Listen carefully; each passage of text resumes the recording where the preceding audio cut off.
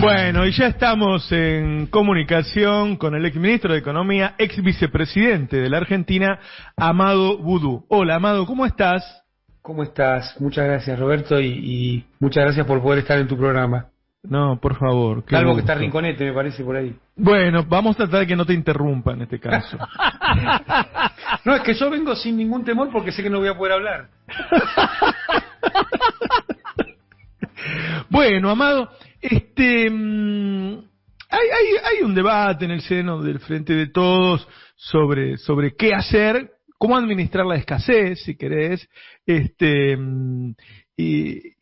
y cómo administrar el gasto, ¿no? Nos encontramos con que en el presupuesto decía que este año íbamos a tener un déficit del 4,5%, incluso en el presupuesto se decía que esto era si no había pandemia, con lo cual se atajaba, porque por ahí si había pandemia podíamos tener más déficit, y ahora nos encontramos con que en el primer trimestre tuvimos equilibrio fiscal. Y bueno, quería saber cuál es tu opinión sobre esto. Ya, vos hemos conversado muchas veces, no existe la economía en abstracto, ¿no? Entonces hay que poner todas las cuestiones arriba de la mesa. Y me parece que en esta situación tan desgraciada no deja de ser una oportunidad para acomodar el desastre que hizo Macri en el país. El desastre que hizo Macri. Y muy en concreto, el desastre que hizo en la relación entre las variaciones de las tarifas, las variaciones de los salarios, las jubilaciones, los precios, el tipo de cambio con sus devaluaciones. Es decir, el gobierno de Alberto Fernández arranca con una tarea muy pesada, muy pesada. Y en el medio le viene la situación de la pandemia, que yo creo que el presidente desde el primer día le puso el cuerpo como nadie, y un tema muy difícil, que todos sabemos que sale mal. Bueno, él puso todo su, te diría, hasta prestigio político para llevar adelante esa situación y hacerse cargo. Ahora, me parece que en términos de lo que planteó el presidente en la campaña, en la elección y cada vez que habla, que dice que los salarios tienen que ir por arriba de la inflación, esto no está sucediendo, y lo que queda claro que no es el sentido político, porque el presidente lo dice clarito. Acá lo que está fallando son las herramientas, entre comillas, técnicas, o lo que se está haciendo el Ministerio de Economía, si querés. Y ahí tenemos varias situaciones, ¿no? El ministro dice, la inflación es un fenómeno multicausal. Bueno, pero no estamos escribiendo un paper sobre economía. Digamos cuáles son las causas y enfrentémoslas.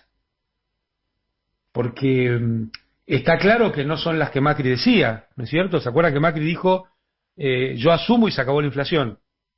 Bueno, eso no sucedió. Ahora, nos dejó un fenómeno muy, muy jodido y que me parece hoy no se está acometiendo en la forma necesaria.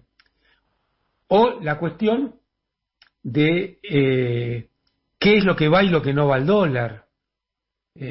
Nadie puede pensar que al dólar, el movimiento del dólar lo haría el IFE, como se dijo, y sí podemos pensar que el movimiento del dólar lo hace quienes a la vez hacen la inflación y tienen ingresos concentrados. Aclaremos que lo que estás diciendo es que Guzmán piensa que no tiene que dar el IFE porque eso se va al dólar. Exactamente. Y bueno, nosotros pensamos que no. Pero por supuesto que hoy la situación, agregale la pandemia, pero aunque no hubiera pandemia, vos necesitas recrear el mercado interno. Y eso, las dos puntas del mercado interno, porque Macri también destruyó a las empresarias y los empresarios, a los comerciantes y las comerciantes. Vos tenés niveles de tasa de interés que son insoportables para un sistema productivo. Insoportables. Entonces, tanto desde el punto de vista de la generación de ingresos de la población, ¿dónde está el rol del Estado hoy ahí? No se está viendo, porque justamente nosotros estamos teniendo un trimestre en el cual la situación fiscal es la menos deficitaria, te diría, de los últimos 6 años, tal vez. En pandemia, que como vos bien señalabas, el presupuesto fue confeccionado antes de la pandemia. O sea, tenemos menos déficit que Macri. Claro. O sea, estamos siendo más rígidos. Este tema ya lo he tocado porque La cuestión del superávit o el déficit fiscal no es una bandera, es una herramienta. Los objetivos son el crecimiento con equidad, o la equidad y el crecimiento, o el amor y la igualdad. Los economistas tienden a enamorarse mucho de las herramientas, y entonces entras en una dialéctica de discusiones que nadie te termina explicando qué país del mundo creció con superávit fiscal. Nadie te lo termina. O qué país del mundo salió de una situación difícil económica con superávit fiscal. Más bien los ejemplos históricos son todo lo contrario, ¿no? Así es. Ahora, también está la discusión sobre en qué gastar, ¿no? Y ahí se armó un poquito la discusión de Guzmán yo diría con Cristina directamente, sobre el nivel de las tarifas, ¿no? Si se pueden seguir subiendo las tarifas o si es un gasto que hoy la sociedad no podría tolerar. Yo creo que en Argentina hay dos canaletas. ¿Viste que les gustaba hablar de canaletas? Sí. Cuando salió la UH. Sí. Bueno, en Argentina está la canaleta de las tarifas de los servicios públicos y la canaleta de la tasa de interés. Se han convertido en mecanismos de extracción de valor de la sociedad. Uno estudiaba en los libros de texto que el sistema de precios ayudaba a generar valor. Bueno, lamentablemente el sistema de precios, sobre todo en las cuestiones oligopólicas o monopólicas, se han convertido en mecanismos de extracción de valor de las sociedades. Y eso es lo que Macri ha profundizado. Vos fijate que son los dos temas, la tasa de interés y los servicios públicos, porque en Argentina Arcor con Macri no pudo ganar plata, pero sí las empresas de servicios públicos se forraron, ¿no? Vos tenías una acción de Pampa, por ejemplo, en épocas del kirchnerismo, la cotización en Wall Street nunca pasó los $10. Bueno, llegó a valer $67 esa acción en Wall Street. Ahora, ¿alguien piensa que estaba generando valor o que estaba extrayendo valor? ¿Cuál es el rol de ese sistema de valorización para las sociedades? Para no dejarlo inconcluso, Roberto, perdóname. Sí, dale. No pueden subir las tarifas, no pueden, no es razonable, no ha tenido ningún correlato durante los 4 años de Macri con los salarios y realmente se ha convertido en un mecanismo nefasto para la vida de las argentinas y los argentinos, pero también para quienes producen en Argentina. También para quienes producen en Argentina. Entonces ahí no puede ser un monopolio natural. Ahí tenés una transferencia de recursos. Tenés una transferencia de recursos de la industria hacia esos sectores. Claro, de la industria, del comercio, del transporte, de todas las actividades. Y el otro tema es la inflación y el precio de los alimentos. Digo, el Estado ya más cosas no puede hacer para bajar la inflación, la verdad. O sea, tiene equilibrio fiscal. Hay un apriete monetario, supongo que lo habrás visto, ¿no? Pagás las LELIC. Claro. Arregló con los sindicatos. ¿Al dólar? Yo le preguntaría al ministro. ¿Cómo? Y se paga más de intereses del LELIC por mes que lo que sería un IFE. Ah, claro. Así es. Bueno, digo, y a la vez consiguió el presidente que los sindicatos aceptaran esa pauta del 29%, 30%, qué sé yo. Es decir, que el Estado cumplió su parte del pacto social implícito, si querés, y los sindicatos también.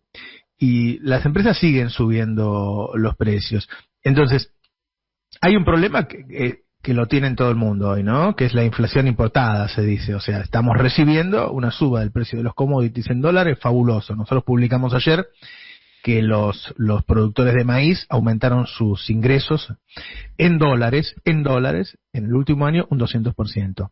Entonces, ahí parece obvio que hay que subir las retenciones, pero bueno, también hay, es cierto, limitaciones políticas. No sé cómo lo ves vos. Mira, con este tema de la formación de precios, está claro que los precios no se forman como dicen los libros de microeconomía, ¿no? Como bien vos decís, acá vos tenés concurriendo en razones externas, que digamos no podés administrar, con razones internas, que es el funcionamiento oligopólico en la Argentina. Ahora, tenés la herramienta de las retenciones, que demostró durante años que había sido muy beneficiosa para el conjunto, porque yo quiero recordar algo. Cuando terminó Cristina Fernández de Kirchner su gobierno, no había ninguna argentina ni argentino de ningún sector que nos odiaba, que nos votaba, que no nos votaba, que lo que fuera, que no estuviera mejor que el día que comenzó Néstor. Este es un recorrido de 12 años y medio en el cual, si bien hubo un gobierno que no fue neutral, que trabajó más fuertemente para las asalariadas y asalariados, para aquellas y aquellos que no tenían trabajo, al conjunto de los argentinos le fue mejor. Esto es una realidad objetiva. Entonces, hay herramientas que no hay que desechar, con el aprendizaje de las dificultades y los sinsabores que hubo, y por supuesto que lo político siempre es parte de esto, por eso es economía política. No, la otra es economía para los libritos. Entonces, me parece que el presidente es una persona de enorme vocación y capacidad para dialogar, para discutir, y me parece que en estos tiempos donde son tan claros las dificultades que tiene el conjunto de la sociedad, extremando esos caminos se puede avanzar, y me parece que es tiempo de hacerlo, Vos fíjate que se hizo un canje de deuda relativamente rápido y muy bien, la deuda con el sector privado. Ahora, algunos estábamos convencidos que esto no resolvía los problemas de Argentina, que era algo que había que hacer, pero era parte solamente de los problemas que tiene la Argentina. Y hoy, la situación de pandemia te pone en blanco sobre negro gran parte de estas dificultades, por ejemplo, de concentración económica, por ejemplo, de inflación de la cadena de valor, te diría, ¿no? Donde hay distintos sectores que van haciendo de cuello de botella, porque si no, no tiene lógica que a alguien no le alcance el precio para sacar las manzanas en el valle de Río Negro y los trabajadores y trabajadoras de la Ciudad de Buenos Aires no pueden pagar el precio de esas manzanas en la Ciudad de Buenos Aires. Entonces, son estas las cuestiones estructurales que hay que ir viendo, que no es fácil, que no es cuestión de un día, pero que hay que acometer estas tareas, y el presupuesto público es central en esto, ¿no? No lo puedo evitar. Te quiero hacer una pregunta rinconeta, Amado. Y bueno. Compañero, ¿cómo estás? No es lo que habíamos quedado. No, o sea, te estoy diciendo al aire que te cagué. Claro, No, en cualquier momento. Amado va a decir, no se escucha. No se escucha. Hola. Amado, recién hablabas de las tarifas de servicios públicos. Bueno, hace un tiempo sabemos que el grupo Vila Manzano negocia la compra de Edenor, creo que por $100 millones, teniendo en cuenta que hay reclamos billonarios de un lado y de otro, es decir, del Estado a Edenor, de Edenor al Estado, y que eso pueda generar algún día que un juez creativo como Griesa pueda fallar en contra del Estado. ¿No sería una buena oportunidad sin expropiación, simplemente que el Estado compre Edenor por $100 millones, que es una suma muy escasa, para evitar cualquier contingencia futura y eventualmente después privatizarlo, concesionarlo de nuevo si quiere? Eso no impide, no lo impediría, digamos. Mira, está claro que los servicios públicos son monopolios naturales. Algunos pensamos que los monopolios naturales tienen que estar en manos del Estado, y es una visión. Ahora, aún, por supuesto, siempre con un lugar para el capital privado y la iniciativa privada, pero el timonel en estas actividades debe ser el Estado. Lo que vos proponés, que sería una solución de mercado para un problema de un monopolio natural, está a la mano.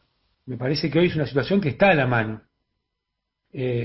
Lo que es cierto es que de mínima tiene que haber un un sistema de determinación de tarifas que comprenda que los servicios públicos son insumos difundidos, en el sentido de que todas las actividades que se realizan en un territorio requieren de esas prestaciones. Entonces, la determinación del precio de estos servicios públicos tiene que estar por afuera de, entre comillas, los mercados, porque estamos hablando de bienes monopólicos o de servicios monopólicos. Entonces, tiene que estar más vinculada a convertirse en un vector de desarrollo y de inclusión de las naciones que en un precio que maximice la ganancia. Me parece que ahí está la clave, ¿no?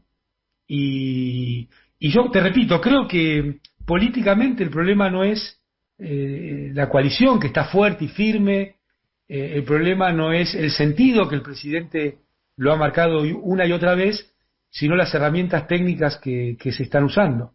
No están dando los resultados que el presidente pide.